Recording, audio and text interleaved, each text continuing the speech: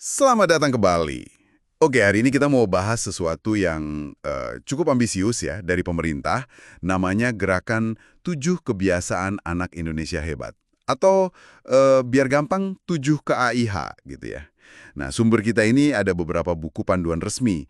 Ada buat guru, sama sekolah, SMP, SMA, SMK. Terus ada juga yang khusus buat Anda nih, para orang tua atau wali. Betul. Jadi misi kita kali ini mau coba kupas tuntas lah ya. Esensi program ini tuh apa sih? Tujuannya kan gede banget ya. Dukung Indonesia Emas 2045. Caranya?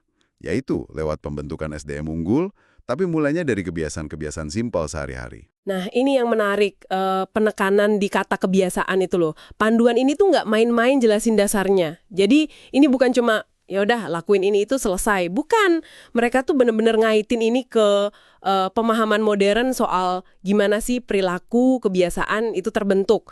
Ada dari sisi agama, sosiologi, wah lengkap deh.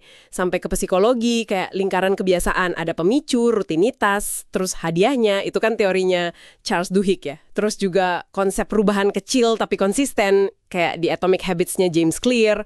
Bahkan sampai neuroscience-nya juga disinggung. Wow, oke. Jadi ini landasannya kuat ya, nggak sekedar daftar aktivitas. Ya, intinya mau bentuk pola perilaku yang mendasar gitu. Sip. Mari kita bedah deh 7 kebiasaannya itu tadi apa aja? Bangun pagi, Bangun pagi, terus beribadah, berolahraga. makan sehat dan bergizi. Iya, terus gemar belajar, bermasyarakat, sama, nah ini penting juga, tidur cepat.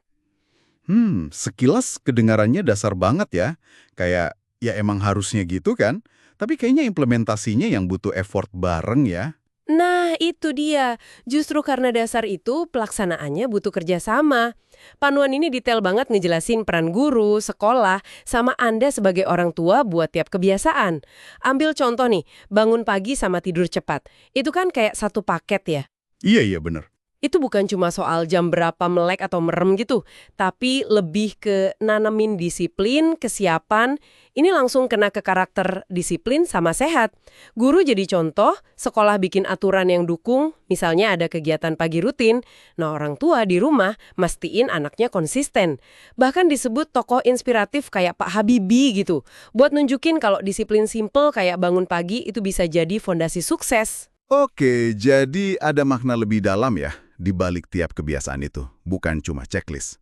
Terus, gimana sama yang lain? Misalnya, makan sehat. Itu kan agak tricky ya kadang. Iya juga sih. Nah, buat makan sehat dan bergizi, panduannya itu praktis kok. Ngacunya ke isi piringku dari Kemenkes. Oh, yang ada gambar porsi itu ya? Iya betul, yang nunjukin porsi seimbang karbohidrat, protein, sayur, buah. Jadi jelas gitu. Sekolah nih, didorong buat kerjasama sama kantin. Biar ada pilihan sehat yang jelas. Mungkin dikasih label khusus atau apa gitu. Nah, Anda di rumah diajak jadi contoh langsung dan ngobrol sama anak soal pentingnya gizi seimbang. Dari kecil dibiasain. Masuk akal. Terus ada beribadah, olahraga, gemar belajar, bermasyarakat. Ini gimana nyambungnya? Ya, ini saling melengkapi ya. Beribadah itu kan buat fondasi spiritual, moral, olahraga jelas buat fisik sehat. Nah, gemar belajar ini penting buat karakter cerdas. Implementasinya bisa macam-macam, gak harus yang ribet. Bikin pojok baca di rumah atau sekolah, ngajak diskusi soal apa yang dibaca, atau sekedar biasain nanya dan cari tahu. Simpel tapi ngefek. Terus bermasyarakat juga, itu kan buat ngasah kepedulian sosial, interaksi sama orang lain. Bisa mulai dari gotong royong kecil-kecilan di sekolah atau lingkungan rumah. Oke. Saya lihat tadi disinggung juga soal tantangan zaman sekarang ya, terutama soal gawai nih. Ini kan jadi isu banyak orang tua ya. Gimana tuh panduannya? Nah, iya. Ini relevan banget kan? Soalnya gawai ini bisa ganggu banyak kebiasaan baik tadi, terutama tidur cepat sama fokus buat belajar. Betul. Di panduan orang tua, ada tips praktis pakai prinsip 3S. Ingat aja, SSS.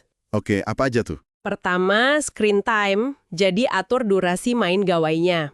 Kedua, screen break, kasih jeda rutin buat ngelakuin hal lain, gerak fisik, atau main sama teman gitu.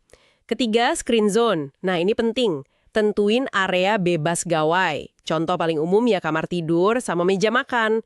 Biar nggak ada distraksi pas istirahat atau makan bareng. Wah, oke. Itu konkret banget ya tipsnya. Bisa langsung dicoba di rumah nih. Iya, harapannya gitu. Oke. Programnya kedengeran bagus dan terstruktur ya. Terus gimana mantau ini semua biar jalan? Kan banyak nih kebiasaannya, tiap hari lagi ada sistemnya gitu. Ada. Mereka pakai sistem namanya catatan harian. Intinya sih siswa itu nyatet sendiri pelaksanaan 7 kebiasaan ini tiap hari. Termasuk Sabtu Minggu loh.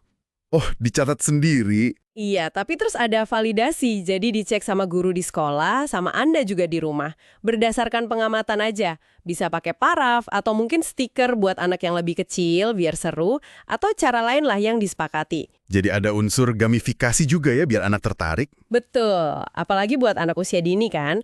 Terus buat Anda sebagai orang tua, ada juga lembar refleksi bulanan. Jadi bisa lihat perkembangannya gitu. Oke, jadi kalau disimpulin ya, gerakan 7KAIH ini intinya upaya yang terstruktur dan butuh kerja bareng. Tujuannya bangun 8 karakter bangsa, kayak religius, sehat, cerdas, disiplin, dan lain-lain, tapi lewat 7 kebiasaan harian yang sebenarnya simpel. Iya, kelihatannya simpel. Tapi dampaknya bisa fundamental banget kalau konsisten. Kuncinya jelas di kolaborasi ya, rumah, sekolah, lingkungan. Benar sekali, panduan ini udah kayak peta jalan lah ya. Detail banget dari filosofinya sampai cara praktisnya gimana, evaluasinya gimana. Ini nunjukin keseriusan sih menurut saya buat nyiapin generasi penerus kita menuju 2045 itu. Bahkan disiapin juga loh materi pendukung kayak lagu tema, video edukasi. Ada linknya di panduan jadi memudahkan banget buat di laparan. Menarik banget ya pembahasannya. Nah, ini mungkin jadi bahan renungan juga buat Anda di rumah nih. Seberapa jauh sih kebiasaan-kebiasaan kecil yang kita lakuin tiap hari, sadar atau nggak sadar, itu nggak cuma ngebentuk diri kita sendiri, tapi juga ikut ngebentuk arah generasi setelah kita. Kalau misalnya nih, Anda bisa milih satu aja kebiasaan kecil buat dimulai atau diubah hari ini, yang dampaknya positif buat jangka panjang, buat diri sendiri dan keluarga, kira-kira kebiasaan apa ya yang bakal Anda pilih?